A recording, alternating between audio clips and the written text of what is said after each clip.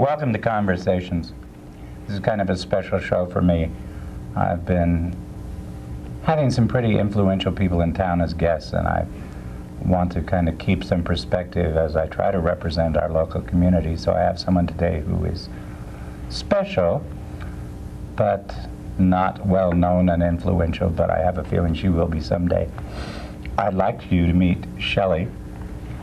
Camera switches to Shelley. Shelley, I don't even know your last name. My last name is Wass. Wass? Shelley Wass. And Shelley works at the Oxford, where I worked for over a decade. We can talk about that. Shelley, you want to tell people where you're from? I am from Wyoming, Casper, and I have lived in Montana for about 5 years, 2 years here in Missoula, 3 years in Bozeman.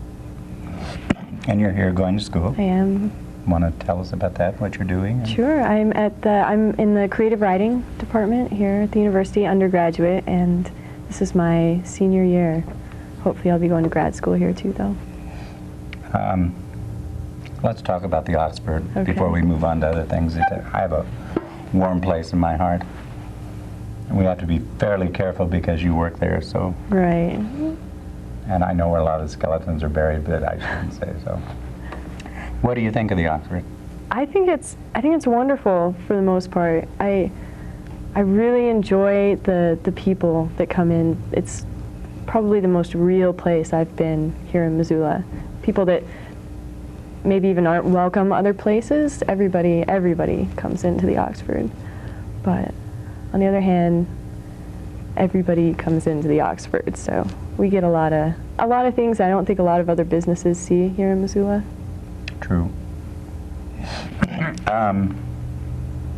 Let's see, what would you have to do to get thrown out of the Oxford? How's that for a question? Anybody? Smell bad? Yeah, no, definitely. You can smell as bad as you want. You would have to walk out without paying for your meal, which is rare, or start a fight. We get a lot of those. People get thrown out for fighting all the time. Panhandling, they've been cracking down on that. We get a lot of that. But generally, people don't get kicked out for more than a night. You have to do something pretty serious to be 86 permanently. I remember it used to be kind of a committee action. You get together with the owner and explain why you think they should be. Before, it was a pretty serious thing to get 86 for life. When I started there in 85, they let people sleep there. Oh, really? Back where the machines are, there were chairs all along there, and people would just go back, sit, and sleep. Then they kind of cleaned that up, and they'd sleep under the poker table. Really? But, we still get a little bit of that sometimes. Really? Yeah. You're not going to get hooked, I hope, At the Oxford? on working there? No, but I have heard, I don't know if it was you that told me that one of the cooks had a degree in English literature, and he had put it up behind the grill for everyone to see, framed it, put it on the wall right behind the grill. I don't know when that was, but... That was not me. No. I have one in English lit, but I'm not good. I never hung it up. That would be kind of fun. It can be addictive. The Oxford? Yeah. I think it can. Working there, for sure. I've had many a night where I've wanted to just throw in the towel, and with the way people behave in there sometimes, it's a little hard to get used to, but I can't leave. Well, you're young and pretty, too, and I'll bet you get a lot of things that I didn't get waiting there. Do you work bar rushes? I do. Would you care to explain to people what the bar rush is? Sure. It's the time from about 1:45 when the bar is closed till sometimes 3, sometimes 4 o'clock, and people just in about 3 minutes the restaurant is packed from wall to wall on a good night, and we have just the small grill, 1 cook, maybe 2 wait staff, a lot of people, a lot of fights. It's pretty wild. Generally, it's college students that come in during the bar rush. We have some regulars, some locals, but for the most part, it's a young crowd. Well, it also depends on who's in town, too. True. Like Maggot Fest Maggot or Fest is something like wild. that is... I worked the very first Maggot Fest. You I did? want you to know. And then they were flirting at me with me I'm back sure. then. I don't know. I think they were so drunk they'd flirt with anyone. Maybe, you know, I don't want to get hung up on the Oxford, but it is a kind of place, favorite thing. Let's talk a bit about it for people who have never been there or don't know. Do a commercial for Joanne. Sure. Well, Joanne is the owner. Joanne. Yeah. It was established in 1883, and from what I understand, it was in a tent down by the river originally. There was no actual establishment, but that's where it began, and then it moved downtown, down the street from where it is, shortly thereafter, and then I think in 1950 it moved to where we currently are.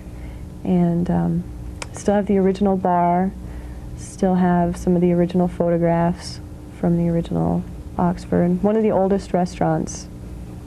Anyway, it's been in tons of literature. It has been on NPR, it's been in Time magazine, it's, of course, you know, I'll tell you that it isn't like the old days, but when, in the old days, people told me it wasn't like the old days then, so. Really? It has 3 doors. None of which are locked. None of which are locked.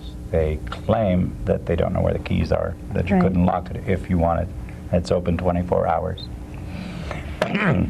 Mike Mansfield used to come and eat there. Before there were so many other things, it really was a place where prominent people came, you know, and there weren't that many places downtown to have lunch, for instance, so they would go to the Oxford. And in the old days, there was illegal poker games in the basement. I guess it's okay to say that now. I'm sure. And pretty wild and crazy place. It is pretty wild. And real. I There's think a- so. I think so. Although I'm glad to be out of it. I mean, I find that there is life after the Oxford. Oh, it does become your life. That's one thing I've noticed. I'm anxious to get back to school because of that reason. And if you stay long enough, you start taking pride in having been there a long time, which is kind of a bad thing, because to be there a long time, you have to stay. And Right. Well, I think a lot of that is the people that come in after being out of Missoula for 40 years, and they say, oh, they come in and they say, this is my place. This is where I used to hang out. And people, they're loyal to the Oxford. It's very interesting to me after so many years. Yeah. Lots of drinking, lots of fighting. And yet it's also a place where lonely little old ladies will come in right. every day to hang out and have their drink down at the end of the bar, and people know them, and it's a place where Indians will come. And it's an incredible place. So there's our commercial for Joanne Mulligan. Well, let's get off the Oxford. Okay. Maybe I'll have her on someday and we can do a show just on the Oxford. You're majoring in Creative writing. creative writing. What do you write? That's a really good question. That's a really, really difficult question for me to answer. I've thought a lot about it, and it's sort of similar to someone asking you, what do you read? I write fiction, but in terms of themes, I don't necessarily have one thing I stick to. It just varies, I guess, on the story that comes to mind. You haven't found a niche. sort of, you know about Faulkner? No, I don't think. Well, I mean, he invented this mythical county, Yoknapatawpha, and he right. decided that, he said somewhere that he could do everything he wanted on this little postage stamp of ground. Right. He wrote all these great novels, and they're all set in this little county, which is really Oxford. Very much, I mean, it was his hometown.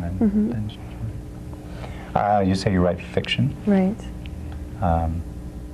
Novel, short story? Short stories. Right now, I take up my fiction workshops, which you don't have time to do a lot more than, say, a 20-page story or so forth. So while I'm in school, it's kind of difficult for me to do any more than just a short story. And that is mostly in my classes. But I do a lot during the breaks, summer and intersession, and I'll have more time when I graduate to to write longer stories. Fortunately, though, some of my stories I'll be able to turn them into longer stories once I'm done and have some more time. Who are the people you admire? I mean, writers. Well, we were just talking about that. Ayn Rand. I'm a huge Ayn Rand fan. I have been. My family, my mother, my grandmother, my sister were all huge fans of Ayn Rand, and I would have to say, in terms of women writers, Virginia Woolf is fantastic. She's one of my favorites. Kate Chopin is wonderful. Isaac Denison. Those are some of my top favorites, women. We could have a fight here because I think those are all second-raters. Really? Well, I'm touched by I think Willa individual. Cather is much better as a woman writer. We're going to talk women. Well, I have favorite stories. I have favorite moments from each of them, and that's probably why I would say I would name them at the top. Why Kate Chopin? I'm kind of curious. Because of The Awakening. I loved that story. Reminded me a lot of Virginia Woolf, and it was just incredible to me. That one story puts her at the top for me. Ayn Rand. I'm going to confess I've never read her because her ideology seems, from what I've heard, and pretty repellent to me. I'm very much on people in community and relating to each other, and from what I understand, she's very much on the individual as individual. Well, she's had bad press. She had kind of a cult-like following, I would say, and what was it, when she was big, the 60s, 70s, and then it died off, and she's more of a philosopher than a writer, for sure. She doesn't have the skills that I would say other fantastic writers do, but she has a knack for taking a philosophical idea and putting it into fiction where you can see it play out. She'll do that with socialism in Atlas Shrugged, for example, and so you can take a theory that's abstract and that can be talked about for a long time without ever coming to any real idea of what would happen, and she plays it out from step to step, and so I really admire that. I like seeing things like that, her theories in practice. And her ideas are very selfish. They're directed towards the self, the I, and however it's how that person then interacts in the community as well that's important. It's not just about the individual. If I had to read one of her books. Atlas Shrugged. Atlas Shrugged. Yes. Is that the one you're reading? Our cameraman is also a friend of mine, and he happens to be reading one of her novels right now. I may be forced to pick one up. Probably should. She's not much of a writer, as I understand, though, in terms of skill in writing. She's not someone that a creative writer would model themselves on. No. Would you think? Not in terms of her writing style. I like it, but I'm partial.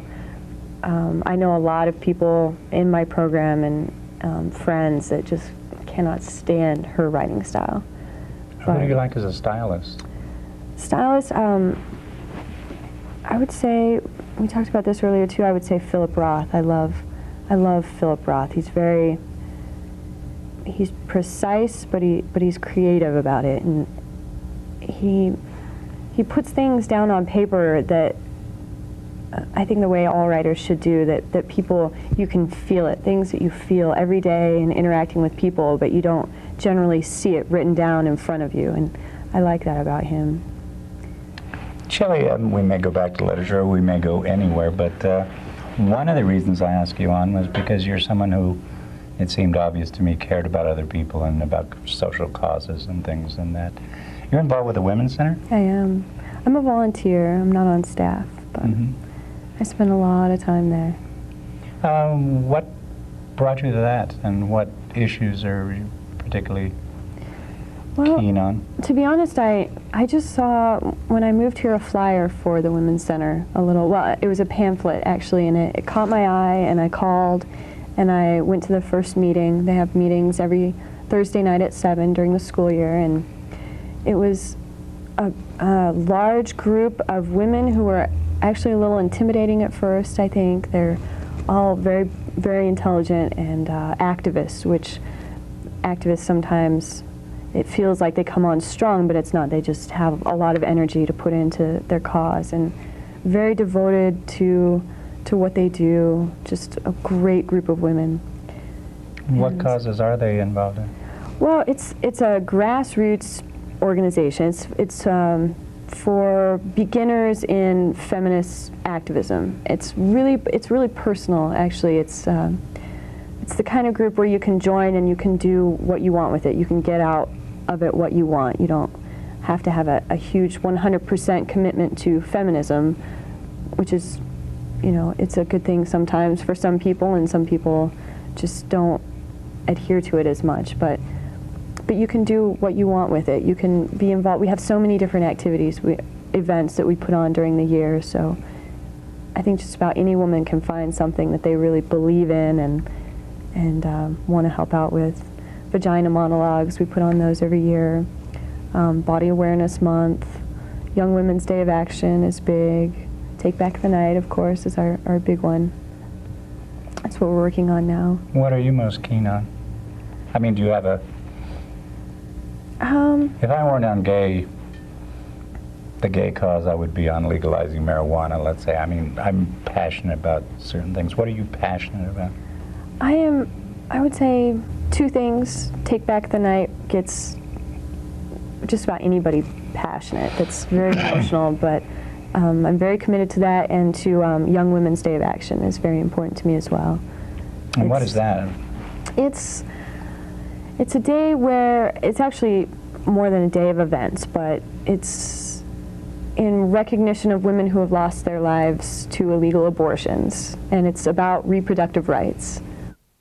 We were going to talk about Take Back the Night, which, for those of you who don't know, has to do with rape. So I talk more today than I usually talk with the guests, so I'm going to try to shut up. Okay. Tell us what it's about. Tell us some of your feelings about it. Sure. Well, it's definitely next to Vagina Monologues, our biggest event, and it's about sexual violence, rape. It's about any number of things, I guess, for any number of women, but it is about women, and that's been one of the issues for us. Last year, our theme was "The Fire Inside Will Heal You," and that was fantastic. It came right after the millennium, which was about looking back at the history of this movement with women, and that was just a real celebration of everybody that's been involved, and also about individual women now. And so last year, and then this year, I believe we're going to do more of a take on the community aspect of it, which means we will be involving groups of people who perhaps haven't been involved previously. So it's really, we haven't gotten into it as much as we will, obviously, when school starts, but we're talking about just talking about the involvement of men, which I think is a really important issue, and we've brought it up at one community meeting, and we will definitely be discussing it at the Women's Center meetings as a group. Involvement of men in terms of, well, October 26th is the big event. It is the night that we have the rally and the speak out and the march, which happens, it's all centered at the courthouse. The march is through downtown, and the speak out is an opportunity for women to tell their stories individually as in a group, and it's very moving, very powerful. And there's been some discussion about allowing men to be involved in that speak out, which they previously have not. In the early days, they didn't even want men to come to the speak out, much less speak. Mm-hmm. And that was one thing that really got me. I've known 3 men who have been raped, or at least, that I was aware of. One of them was straight. And I have had friends, women, who were raped. And I think it's a societal problem. I think it's a problem for men and women. And it infuriates me that women think that they own rape is I don't know, maybe I'm wrong. Well, I think there's a couple of there's several different reasons behind having a women's event. For one thing, it's a women's event. It has been organized by women. It is, it's put together by women. It's staffed by women. The volunteers are, for the most part, women. And so I know one person has said at a meeting, if men would like to organize an event like this, we would volunteer for them too. We would help them too. But this was our event. And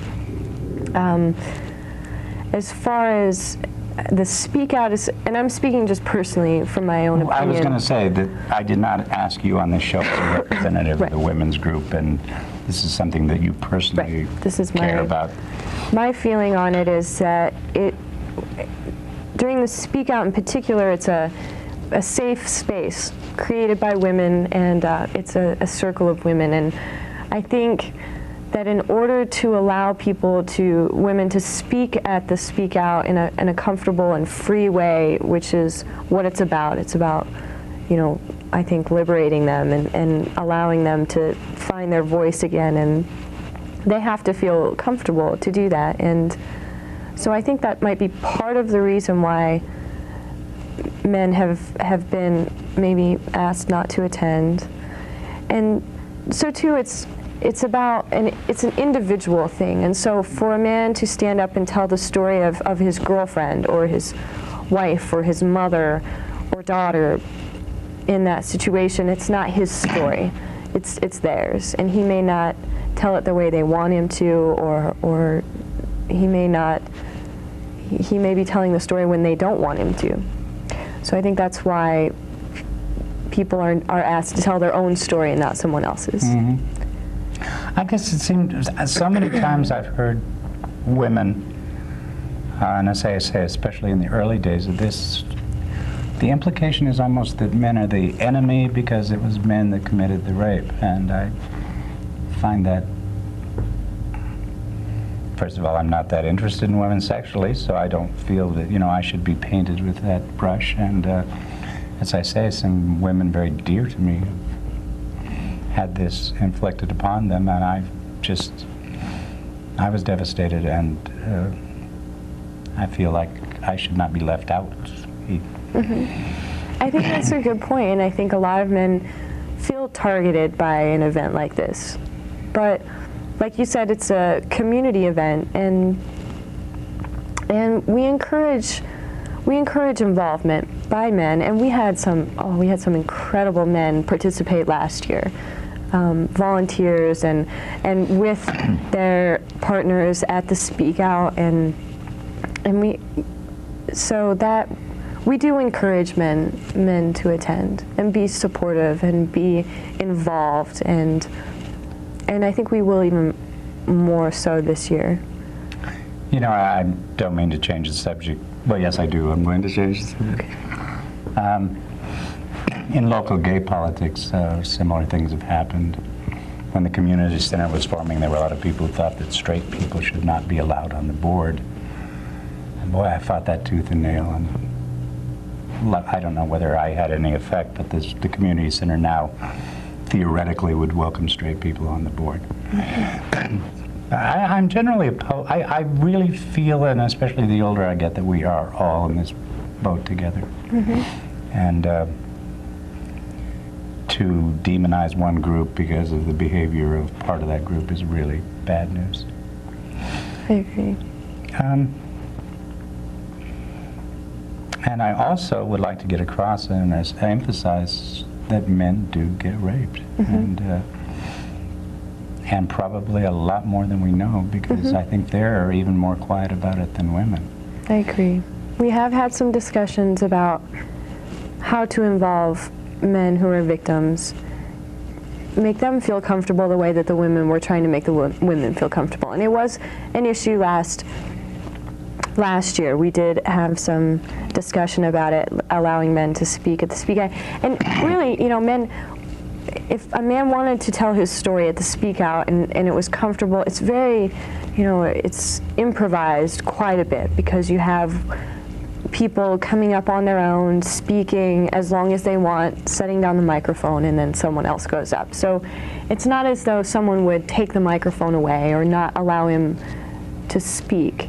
I think it's just a matter of whether or not they feel comfortable as well. If they feel like it's the right place and the right time, and I can't say exactly what would happen, but I think it would be good to hear from some victims who are men. You obviously don't hate men. Oh, certainly not. I mean, as a group. No. Okay. No, definitely. I've met some incredible men in my life. Anybody special? No. Although there's a lot of special ones, but. Tell me about why you kind of wanted to avoid finding a special man right now, because I find that interesting. I'm just at a place where I'm making huge decisions in the next year, huge, where I'll be going to grad school and where I'm going to live, and I'm just mapping out my life, and I'd like that to be about me. I know it sounds selfish, and that might be the Ayn Rand coming out in me, but it's I want to be able to do whatever I want and go wherever I want, and not have to be limited by someone else's circumstance, I think. But on the other hand, I can't say that it'll stay that way. I might meet someone incredible and that'll change everything. But for now, I like doing it on my own. Well, you deserve somebody incredible. I hope so. I'm going to go back to feminism just for a bit. Back in the 60s, there was a big wave of feminism. Really made me aware of women and some of their problems. And then it sort of declined. There was a real kind of, it became almost unfashionable to call yourself a feminist even.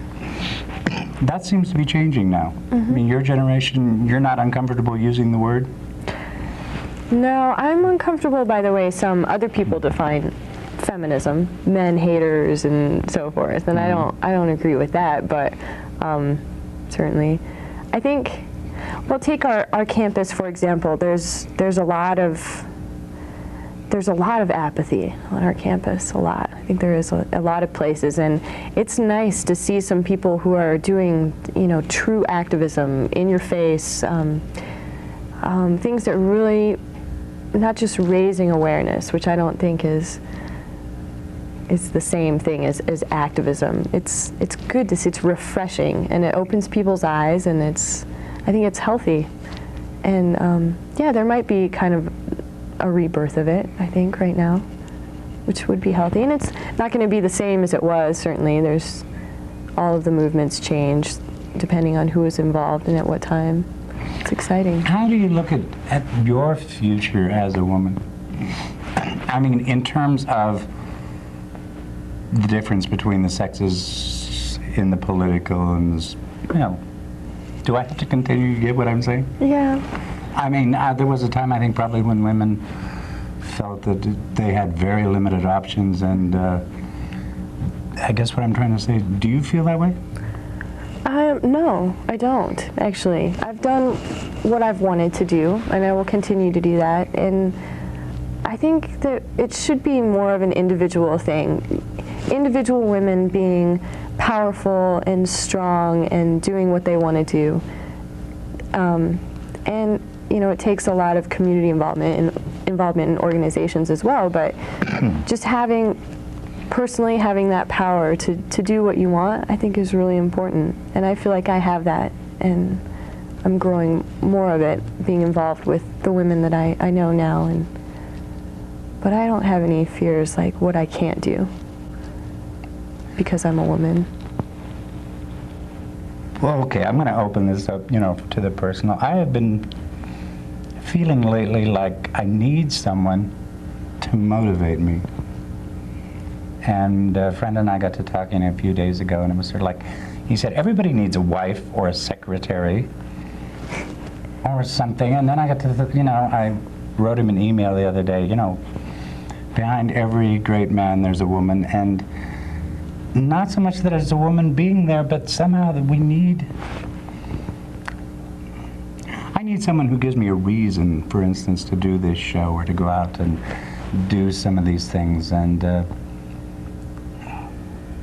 don't know where I'm going with this, except that there was a kind of model for that when the man did it all and the woman stood back and supported it. And what do we do now? With two careers, do you just support each other? Does each one have a secretary? Am I crazy to think that people should have someone in their lives who do that for them, or To mother them? well, I don't mother them. I don't know. Maybe I don't know. If you need that, I think you'll need to find the right person for that, whether it's a man or a woman, or, I mean, you don't need a woman to motivate you. No. And I don't know, in terms of the family, you know, whatever that means now, but I don't think it's you know, family structures change all the time, and I think it's healthy if women are becoming more independent and more healthy inside, and stronger, more powerful. I don't see how that could affect a family negatively, as far as, you know, previously having someone as like the backbone. You know, the man works, the woman supports emotionally. It just occurs to me that perhaps I'm stuck in my generation. My mother was a very strong woman, but she deferred to my dad. She made my dad think that he was running the show when he wasn't. My brother says my dad has, I don't know, what does he say? My mother has the first dollar that my dad ever made, or something like that. And she really stood behind, motivated, kind of determined the course of the marriage and the family and everything, and yet put him out front and allowed him to go out and make the bucks. And maybe I am stuck in that idea that there should be somebody back there doing that. And maybe what I'm thinking of as kind of a natural thing is just a generational thing.